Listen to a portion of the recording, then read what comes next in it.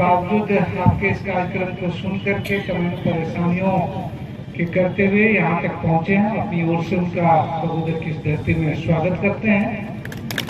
आज के इस मौके पे आपके पारा शिक्षक संघ के अध्यक्ष संजय दुबे जी, सिंधु जी, गिरिडीह के जिला अध्यक्ष नारायण महतो जी, सुखदेव हाजरा जी, उपस्थित तमाम हमारे पारा शिक्षक जन, सहायक अध्यापक जन और तमाम हमारी रसोईया दीदी बहनें, हमारी मातृ के तमाम कई लोग हैं जो पूरे काम करते करते हुए पहुंच गई हैं। तमाम पत्रकार बंधुओं और इस अवसर पर उपस्थित बगोदर के नागरिकों, बहुत ज्यादा में नहीं, दो चार बातें हैं। पहली बात तो मैं ये भ्रम साफ कर दूं, हम लोग सिर्फ विधानसभा में की बात नहीं है, अभी आपके सामने नहीं है।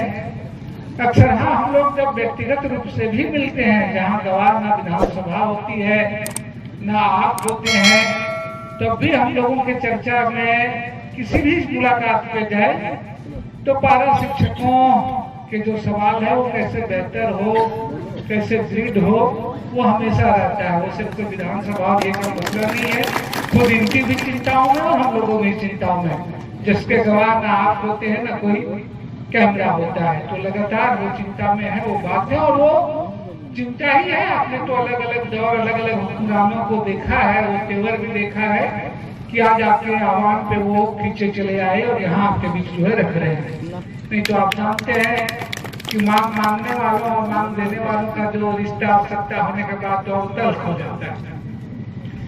मैं जो दो बातें कहना चाहूंगा कि निश्चित रूप से एक लंबी लड़ाइयों जद्दोजहद के बाद तमाम हम शहीदों को याद कर रहे थे। इस दौर में कई आपके साथी बिछड़ गए, कई आंदोलन के भेंट, कई तमाम घटनाओं दुर्घटनाओं में जान चली, उनको याद करते हुए जो मैं बात कहना चाहता हूँ कि एक लंबी लड़ाइयों के बाद एक तरीके से पिछले साल से आपने थोड़ी राहत की उम्मीद ली थी और एक नीति बनी थी, पॉलिसी बनी थी। उस नीति और पॉलिसी के बाद ठीक है, उसमें कई असहमतियां थी, हमारी भी थी, हम लोग बात भी कर रहे थे। बल्कि संयोग से जब वो पारित हो रहा था उस दिन भी मैं संयोग से हमारी मुलाकात हुई थी, तो इन्होंने कहा भी था, हमने कहा कि ठीक है कि कुछ त्रुटियां हैं तो चलिए हम लोग एक शुरुआत कर रहे हैं आगे रास्ते में और वो बेहतर होगा, वो ठीक निकालना चाहिए। वो न सिर्फ शिक्षकों के लिए, पूरे राज्य के युवा है कि नियोजन नीति को जैसे भी हो जी हो, थोड़ी बहुत अभी कंप्रोमाइज भी करना हो, जो भी करना हो, कि बाकी आप बड़े व्यापक सुधार हम लोग देर से भी करें, लेकिन अभी नियुक्तियां जो है वो प्रारंभ हो जाए, ये सबसे ज्यादा जरूरी चीज है।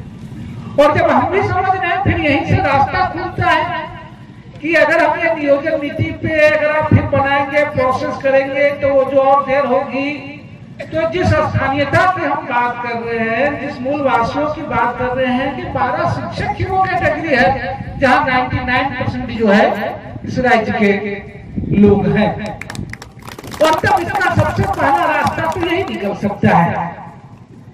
हमने हिमाचल प्रदेश में देखा, हमने उत्तर प्रदेश में भी देखा, न्यायालय भी मामले गए, न्यायालय में भी हल हो गए कि जो पारा शिक्षक इतने लंबे समय से कार्यरत हैं, टेट भी पास हैं, प्रशिक्षित भी प्राप्त हैं, तो उनको वेतनमान देने में अब तक तो कहीं जिन जिन भी राज्यों में ने दिया है वहां कोई कानूनी अड़चन, बाधा, कोई न्यायालय का संकट खड़ा नहीं हुआ है। इस्तीफा पे बढ़ सकते हैं। दूसरी बात, जो वर्तमान नीति की विसंगति पे हम ध्यान देना चाह रहे हैं कि हम सारे लोग 2005 में एक साथ विधायक बने थे, डुमरी से, हमें बगोदर से, और उस समय ये जो अभी आप देख रहे हैं चेहरे, वो सब 25 साल 30 साल के चेहरे थे। अभी आप देख रहे होंगे सामने जो भीड़ बड़ी, में कुछ भी रहा था लोगों से, 2-4 लोगों से कितनी उम्र हो गई, कोई 50 बता रहा था, कोई 52 बता रहा था।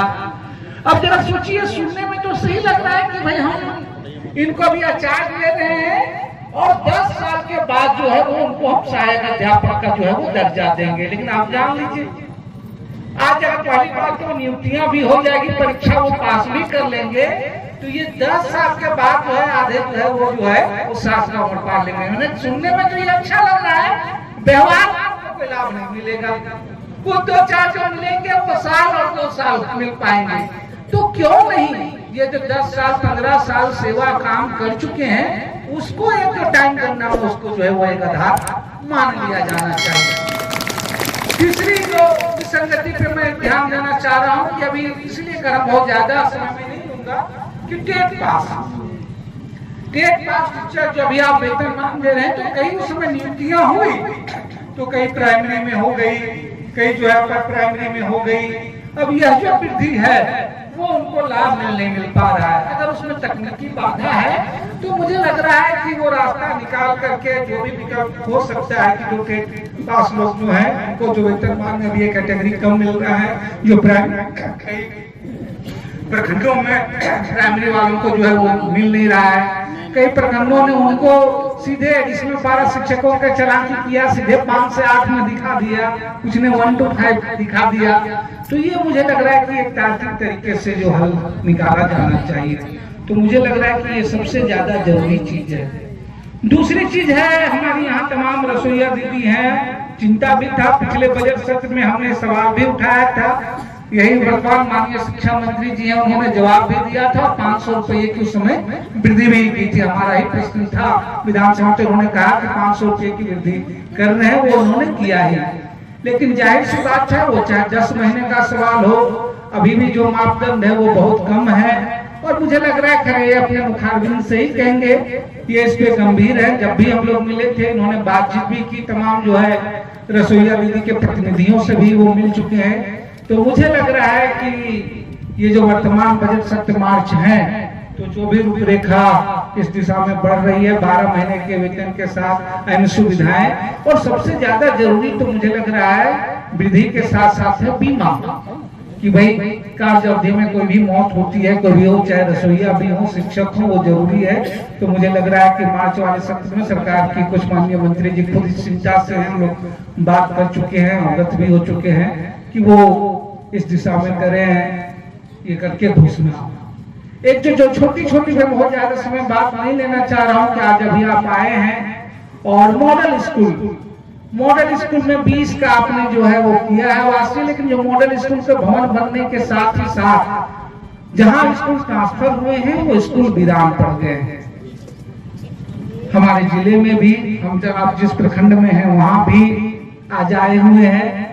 तो मुझे लग रहा है कि सरकार वर्तमान सत्र में जो बाकी भी 60 मॉडल स्कूल हैं उसको फैसला ले ले कि हम वहां भी आवासीय जो हॉस्टल बना देंगे, क्योंकि उसके बिना वो मॉडल स्कूल जिस गुलजार के साथ शुरुआत हुई थी हम लोग नहीं कर पाएंगे। एक छोटी सी विसंगति की ओर मैं ध्यान आकर्षित करना चाहूंगा, जो सबसे जरूरी कि एक बार जब कोई नियमावली या कानूनों की वजह से मुझे ठेस लग जाती है तो ये विभाग के कामकाज के तरीके की ओर आपका ध्यान आकर्षित है कि हम उससे चेतते नहीं हैं।